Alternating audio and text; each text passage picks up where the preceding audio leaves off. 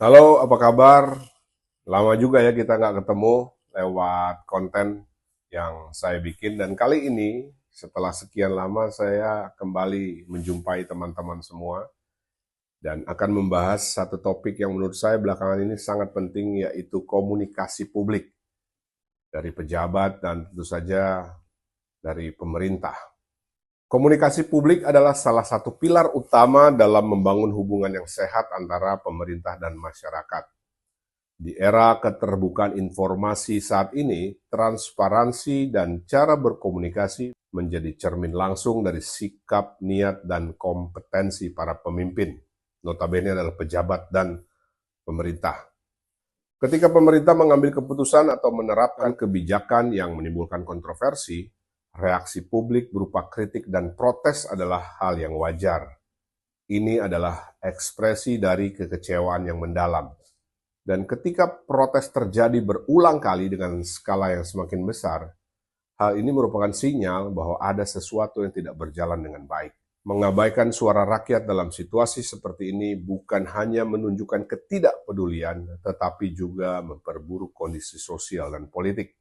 Namun, sikap yang lebih memperparah keadaan adalah respon pejabat pemerintah yang tidak punya empati.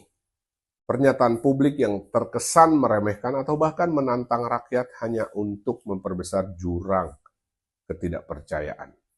Misalnya ketika muncul tagar seperti kabur aja dulu sebagai bentuk kritik terhadap kondisi di dalam negara ini, bukannya introspeksi, justru ada pejabat yang merespon dengan komentar seperti kalau mau kabur, kabur aja, kalau perlu jangan pulang lagi.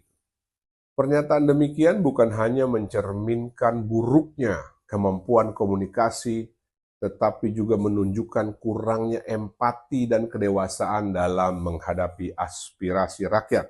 Seorang pejabat publik itu mestinya memahami bahwa setiap kritik adalah bahan evaluasi yang berharga, bukan ancaman yang harus dilawan dengan kalimat sarkastik atau merendahkan. Komunikasi adalah cermin diri. Perkataan seseorang merupakan cerminan dari apa yang ada di dalam dirinya. Sama seperti buah jeruk, jika kita peras sebuah jeruk, akan mengeluarkan sari jeruk. Manusia pun demikian. Ketika berbicara, yang keluar merupakan gambaran dari hati dan pikirannya. Komentar yang kasar atau tidak pantas mencerminkan kurangnya pengendalian diri, rendahnya empati, serta dangkalnya pemahaman terhadap peran sebagai pelayan masyarakat. Sebaliknya, komunikasi publik yang baik menunjukkan intelektualitas, kedewasaan, dan kematangan emosional seseorang. Seorang yang dianggap pemimpin yang bijaksana akan mampu menyampaikan pesan dengan jelas, meredam ketegangan, dan membuka ruang dialog yang konstruktif. Konsekuensi dari komunikasi yang buruk itu bisa bermacam-macam ya. Komunikasi publik yang buruk bukan hanya sekedar masalah citra atau opini publik. Jika dibiarkan, ini dapat memicu eskalasi konflik yang berkepanjangan. Masyarakat yang terus-menerus merasa diabaikan akan kehilangan kepercayaan pada pemerintah. Ketidakpuasan yang menumpuk bisa berujung pada aksi-aksi yang lebih besar, menciptakan ketidakstabilan sosial yang kontraproduktif bagi pembangunan bangsa. Terlebih lagi, secara psikologis, suasana penuh ketegangan akan menciptakan lingkungan yang tidak kondusif.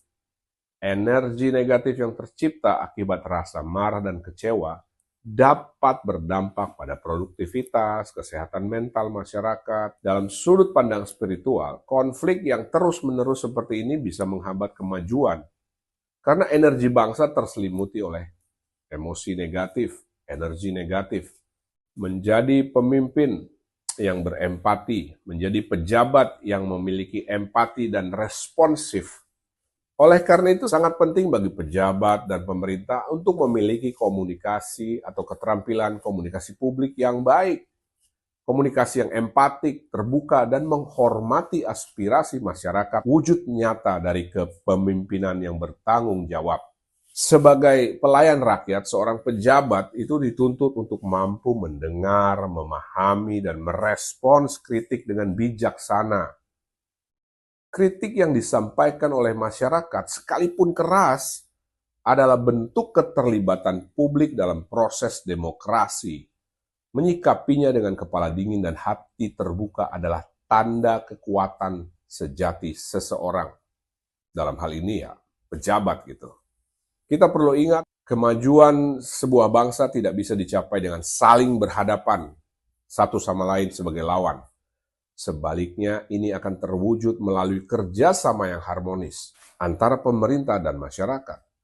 Dan komunikasi yang baik merupakan jembatan yang menghubungkan keduanya, menciptakan dialog yang produktif, dan membawa bangsa ini ke arah yang lebih baik. Melihat kondisi saat ini yang menurut saya sedang tidak baik, saya menyarankan kepada seluruh masyarakat untuk mulai lebih kuat lagi mendoakan bangsa dan negara ini. Saya percaya doa memiliki kekuatan untuk mengubah apapun, apalagi jika dilakukan secara kolektif.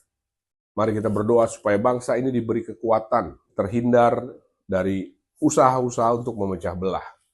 Biarlah energi doa yang positif akan berdampak secara spiritual. Nah, untuk para pejabat yang sedang menjabat, pesan saya, ingatlah apa yang Anda lakukan satu hari kelak harus Anda pertanggungjawabkan. Kalau tidak di dunia ini, ya di akhirat nanti. Hidup ini kan cuma sementara. Anda nggak akan hidup selamanya. Satu hari akhirnya Anda akan pergi meninggalkan dunia ini. Akan meninggal, mati. Satu hari itu bisa saja bulan depan, minggu depan, besok, atau 5 menit dari sekarang. Jadi, lakukanlah hal-hal yang baik. Karena ketika Anda sudah berada di lubang 2 kali 1 meter, 2 meter di bawah tanah, tidak ada yang Anda bawa. Harta, jabatan, kemewahan, kenikmatan dunia, semua Anda tinggalkan. Yang Anda bawa hanyalah pertanggungjawaban Anda di hadapan tahta suci yang Maha